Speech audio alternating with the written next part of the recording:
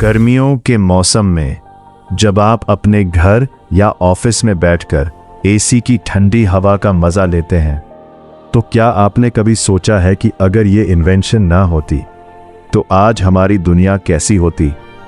न गगनचुंबी इमारतें होती, न बड़े बड़े डेटा सेंटर्स और न ही इतनी आरामदायक जिंदगी। ये कहानी किसी जादूगर की नहीं, बल्कि एक ऐसे इंजीनियर की है जिसने इंसानियत को मौसम पर जीत दिलाई। ये कहानी है विलिस हैविलैंड कैरियर की, जिन्हें दुनिया the father of modern air conditioning कहती है। बचपन और फैमिली बैकग्राउंड। विलिस कैरियर का जन्म 26 नवंबर 1876 को न्यूयॉर्क के अंगोला नाम के एक छोटे से कस्बे में हुआ था। वो एक साधारण किसान परिवार से ताल्लुक रखते थे। उनका बचपन खेतों और प्रकृति के बीच बीता। उनकी मां एलिजाबेथ हैविलैंड उनकी सबसे बड़ी गुरु थीं। विलिस बचपन से ही हर चीज के पीछे का लॉजिक, तर्क समझने की कोशिश करते थे। स्कूल लाइफ और कौन सी प्रॉब्लम्स फेस की। स्कूल के दिनों में विलिस को एक बड़ी समस्या का सामना करना पड़ता था। फ्रैक्शंस, भिन्न गणित के हिस्से समझना। उनके लिए नंबर्स को दिमाग में बैठाना बहुत मुश्किल होता था। जब उनकी मां ने देखा कि विलिस को परेशानी हो रही है, तो उन्होंने एक अनोखा तरीका अपनाया। उन्होंने विलिस को सेब एप्पल्स दिए और उन्हें अलग अलग टुकड़ों में काट काट कर फ्रैक्शंस का कॉन्सेप्ट समझाया। इस एक घटना ने विलिस की सोचने की क्षमता को हमेशा के लिए बदल दिया। उन्होंने सीखा कि किसी भी बड़ी समस्या को छोटे छोटे हिस्सों में बांटकर हल किया जा सकता है। एजुकेशन और इंजीनियरिंग पढ़ने का डिसीजन।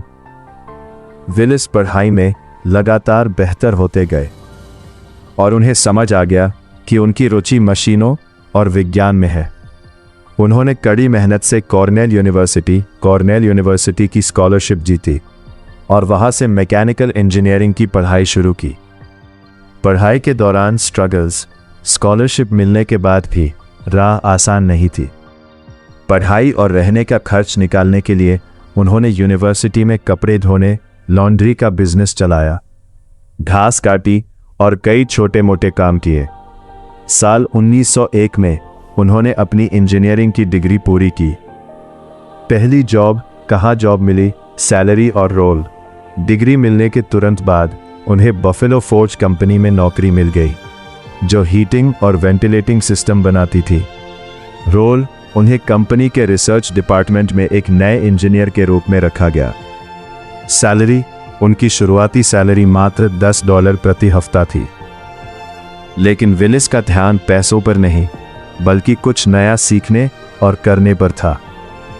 इंडस्ट्री की प्रॉब्लम। साल 1902 में ब्रुकलिन, न्यूयॉर्क की एक बहुत बड़ी printing press, Sackett Wilhelms lithographing and publishing company, एक गंभीर समस्या से जूझ रही थी।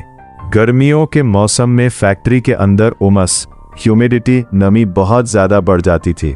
नुकसान क्या होता था? नमी की वजह से प्रिंटिंग के पेपर फैल जाते थे या सिकुड़ जाते थे। इस वजह से रंगों की छपाई अपनी सही जगह पर नहीं होती थी, मिसअलाइनमेंट। इससे कंपनी को हर दिन हजारों डॉलर का नुकसान हो रहा था और प्रोडक्शन रुक गया था। Turning point. प्रॉब्लम सॉल्व करने की जिम्मेदारी प्रिंटिंग प्रेस की ये समस्या बफेलो फोर्ज कंपनी के पास आई। कंपनी ने इस बेहद मुश्किल काम को सुलझाने की जिम्मेदारी अपने सबसे होनहार नए इंजीनियर विलिस कैरियर को सौंपी। कैसे सोचना शुरू किया? विलिस ने देखा कि लोग हवा को गर्म करना तो जानते हैं, लेकिन हवा से नमी, मॉइस्चर को बाहर निकालना और उसे ठंडा करना किसी ने नहीं किया था। उन्होंने थर्मोडायनामिक्स के नियमों को गहराई से खंगालना शुरू किया। इन्वेंशन प्रोसेस, रिसर्च, फेलियर्स और एक्सपेरिमेंट्स। साल 1902 की एक शाम विलिस पिट्सबर्ग के एक रेलवे स्टेशन पर ट्रेन का इंतजार कर रहे थे। वहां बहुत घना कोहरा, फॉग छाया हुआ था। उस कोहरे को देखते ही उनके दिमाग में एक कड़क आइडिया आया। उन्होंने सोचा कि अगर हवा को पानी के ठंडे स्प्रे फॉग से गुजारा जाए, तो हवा में मौजूद नमी कंडेंस होकर पानी की बूंदों में बदल जाएगी। यानी हवा को सुखाने के लिए उसे पानी के बीच से गुजारना होगा। एक्सपेरिमेंट्स। उन्होंने इस आइडिया पर लगातार कई महीनों तक लैब में एक्सपेरिमेंट किए। कई बार असफलता मिली, पाइप्स फट गए, सही तापमान मेंटेन नहीं हो पा रहा था। पहला सक्सेसफुल सिस्टम आखिरकार 17 जुलाई 1902 को उन्होंने दुनिया के पहले वैज्ञानिक एयर कंडीशनिंग सिस्टम का डिज़ाइन तैयार कर लिया। यह सिस्टम न सिर्फ तापमान को कंट्रोल करता था, बल्कि हवा की नमी, ह्यूमिडिटी को भी बिल्कुल सही बनाए रखता था। चैलेंजेस, लोगों का रिएक्शन, फाइनेंशियल और टेक्निकल प्रॉब्लम्स। लोगों का रिएक्शन, शुरुआत में लोगों को लगता था कि प्रकृति के नियमों के खिलाफ जाकर हवा को कंट्रोल करना नामुमकिन और गलत है। फाइनेंशियल और टेक्निकल प्रॉब्लम्स, ये शुरुआती मशीनें बहुत बड़ी, भारी और खतरनाक गैसों जैसे अमोनिया पर चलती थीं। इन्हें बनाने और चलाने का खर्च बहुत ज़्यादा था।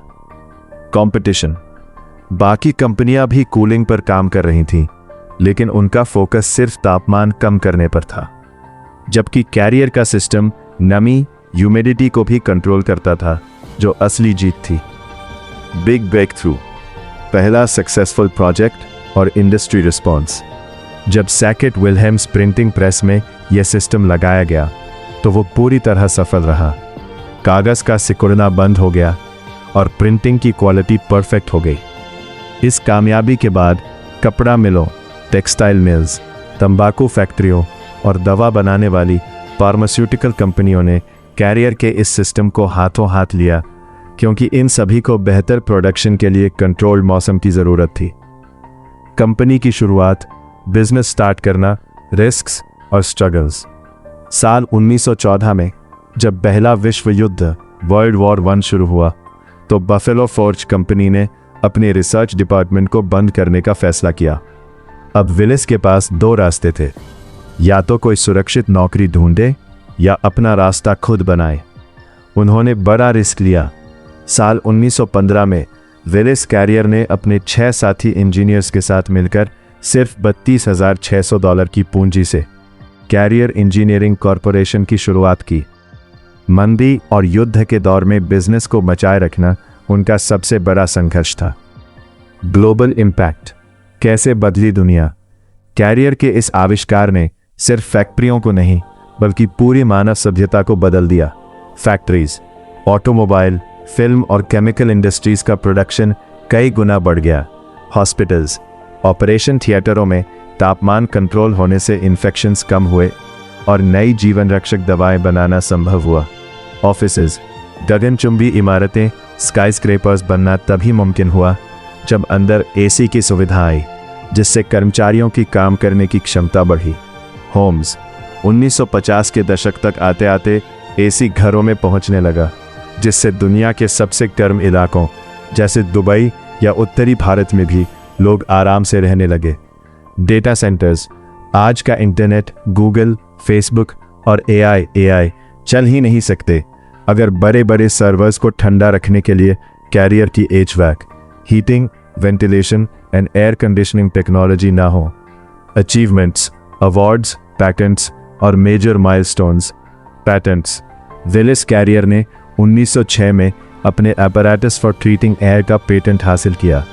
उनके नाम पर 80 से ज़्यादा पेटेंट दर्ज हैं। उन्हें इंजीनियरिंग का सबसे प्रतिष्ठित फ्रैंक पी ब्राउन मेडल मिला और उन्हें national inventors hall of fame में शामिल किया गया।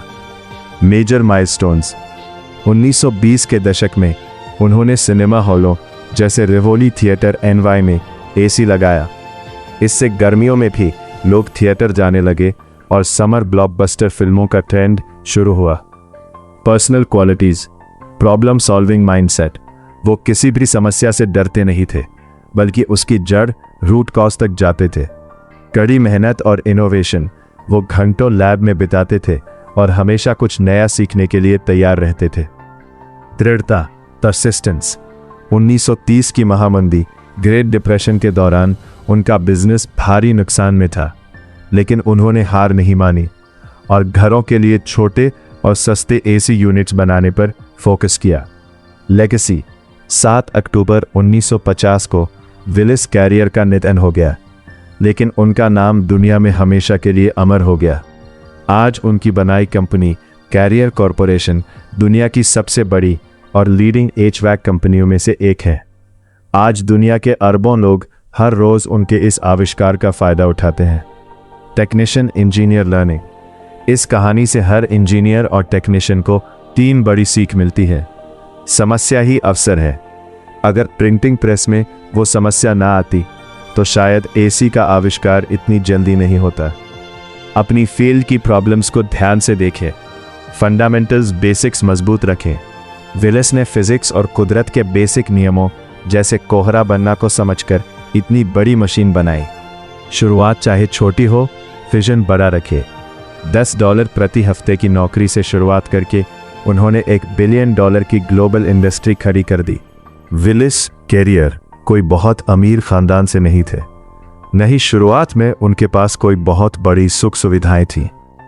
वे एक साधारण किसान के बेटे थे जिन्हें बचपन में गणित समझने में भी दिक्कत होती थी, लेकिन उनके पास एक ऐसी चीज थी जो हर कामयाब इंसान के पास होती है, हर मुश्किल का हल ढूंढने की जिद।